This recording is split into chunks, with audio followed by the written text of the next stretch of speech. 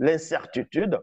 On va aller dans la démonologie, chapitre 1, verset 1 à 10. Il est dit ici, ce qu'on appelle démons sont le fruit, donc dérèglement, disgracié, donc de l'hybridation issue de l'union, dysfonctionnement illicite entre les Bamololoma bungulanais du troisième ordre et plusieurs animaux de la réalité visible de la Terre, avec différentes espèces de mammifères.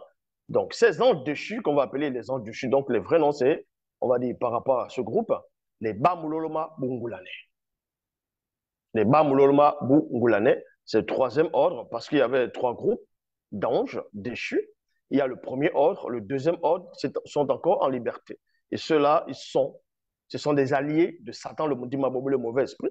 Tandis que le troisième groupe, dont on fait même allusion dans les Bibles actuelles classiques, mais ils ont un peu dissimulé, dans Genèse, chapitre 6, verset 1 à 4, où il est dit, lorsque les hommes eurent commencé à se multiplier sur la surface de la terre, et que des filles les firent naître, les fils de Dieu, dans d'autres versions, les habitants du ciel, ou les fils des Elohim, les fils du vrai Dieu, les fils de Dieu, virent que les filles des hommes étaient belles, et ils en prirent pour femmes parmi tous celles qu'ils choisirent. Dans la suite, on dit les géants, les néphilim, en fonction des versions étaient sur la terre, sur la terre en ce temps-là, d'après que les fils de Dieu, les habitants du ciel, furent venus vers les filles des hommes et qu'ils aient eu donné des enfants, c'est-à-dire les néphilim, les géants. Donc, ici, on vous apprend dans la démonologie, chapitre 1, qu'un groupe d'anges déchus, donc on va nommer ici les Bamololoba bungulanais du troisième ordre, sont descendus dans le plan visible physique. Ils ont eu des rapports sexuels et des relations contre nature avec les animaux de la terre, c'est-à-dire les mammifères. Les premiers animaux dont ils sont accouplés, c'était dans l'océan primordial, c'est-à-dire de la terre. Ça a donné naissance, premièrement, à deux premiers démons. Mais avant ça, ça a donné naissance au premier démon et ensuite à la deuxième démon. À l'aube de leur naissance, les démons étaient constitués de corps physiques, ceci avant le grand cataclysme connu. Donc, on vous apprend ici que les démons, bel et bien, avaient des corps physiques. Ils disposaient d'un corps physique. Oui, n'étaient pas, au départ, des simples esprits. Ce n'étaient pas des émanations, non, c'était des êtres qui avaient, on va dire, constitué d'un corps, tout simplement, corps physique solide. Maintenant, quand les gens essaient de représenter les démons, ils vont les représenter sous la forme des personnes physiques. Or, les démons n'ont plus d'apparence physique, n'ont plus de corps physique. On a annihilé le corps quelques instants, quelques temps avant le grand cataclysme, donc avant la grande inondation, ce qu'eux vont appeler le déluge. Donc, vous dites ici qu'à l'aube de leur naissance, les démons étaient constitués de corps physiques, ceci avant le grand cataclysme connu. Les Bamololoma bungulanais du troisième ordre eurent premièrement des rapports intimes, sexuels avec plusieurs espèces de mammifères, c'est-à-dire, entre parenthèses, femelles, marins, monstres marins et d'autres formes de vie aquatique de l'océan, qui par la suite donna naissance à plusieurs démons et démones marins hybrides. Ces premiers démons et démones furent connus et sont connus sous le nom de Menguma Madiba, c'est-à-dire les sirènes des eaux. Vous comprenez que les tout premiers démons dans l'histoire de la création, c'est premièrement les sirènes des eaux. Parce qu'il existe plusieurs espèces de démons et de différentes races, intellections et puissances. Et il y a aussi plusieurs espèces de sirènes des eaux. Il y a les sirènes des eaux au départ, on va dire, ça porte son nom, sirènes des eaux, les eaux. Il y a les sirènes des airs. C'est plus dans la branche des les démons oiseaux. Les démons oiseaux, là aussi, c'est plus dans les sirènes des airs. Il y a les sirènes des forêts, ainsi de suite. Donc, les tout premiers démons qui vont apparaître, c'est dans le groupe, c'est d'abord les sirènes des eaux. Ce sont les plus anciens. Ce sont les plus anciens. Et dans les sirènes des eaux, on retrouve aussi les démons guerriers et démons religieux font partie de cette espèce-là. Donc, sans cela vous dit ici, vous pouvez donc constater que les Menguma Madiba, sirènes des eaux, ont eu naissance avant les autres espèces de démons. Donc, que ce soit Belzébuth, D'autres vont dire le prince des démons dans les Bibles classiques. Bon, on sait que ça, c'est faux, ce sont des aberrations. Que ce soit Belzébul, que ce soit Baal, parce que Baal lui-même, c'est un démon hybride de haut rang, l'un des démons primordiaux. Il y a aussi Dagon, oui, c'est aussi un démon sirène des eaux. Il y a plusieurs espèces de démons.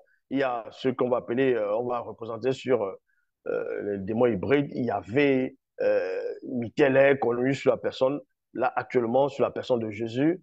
Ça, ce sont les démons qui viennent après. Donc les démons Elohim sont les démons, c'est-à-dire les Anunnaki, et ainsi de suite.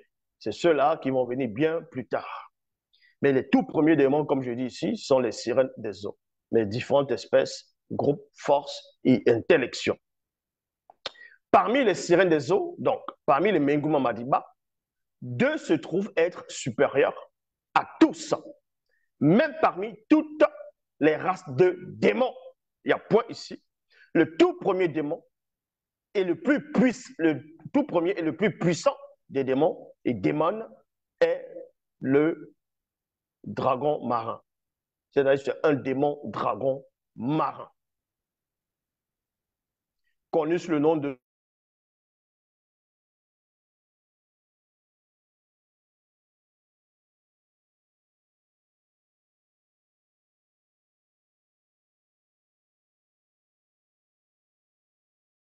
Dieu m'a dit, donc pasteur, ne peut vous donner cette révélation.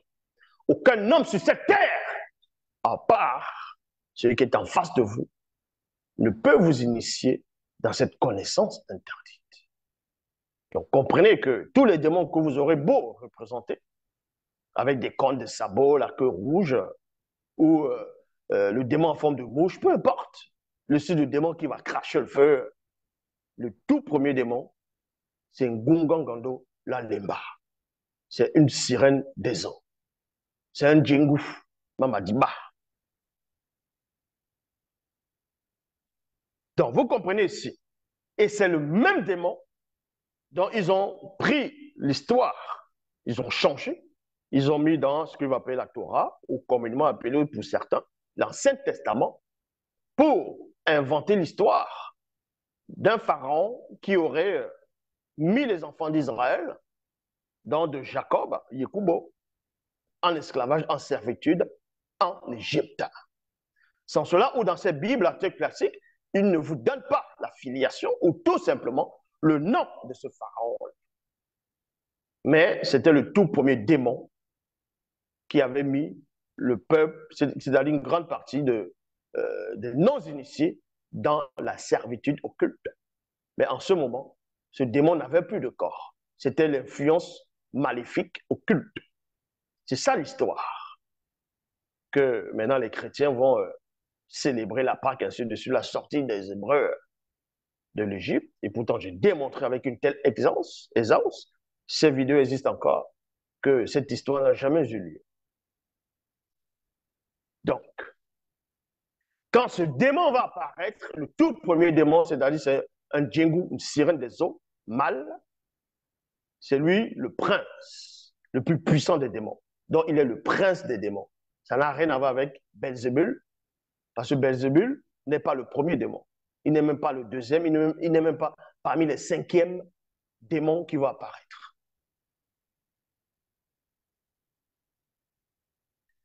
Et on vous apprend ici, le deuxième démon primordial est une démone, virgule, un Djengu Mamadiba, sirène des eaux, femelle. Ce Djengu Mamadiba, sirène des eaux, femelle, est connu sous le nom de Dingongo Diba. Il y a point. On retrouve aussi Dingongo Diba d'Apocalypse, chapitre 17 au verset 1, toujours dans le livre mystérieux, pas le livre mystérieux Kalatambale, donc le livre de la vérité dans Bible.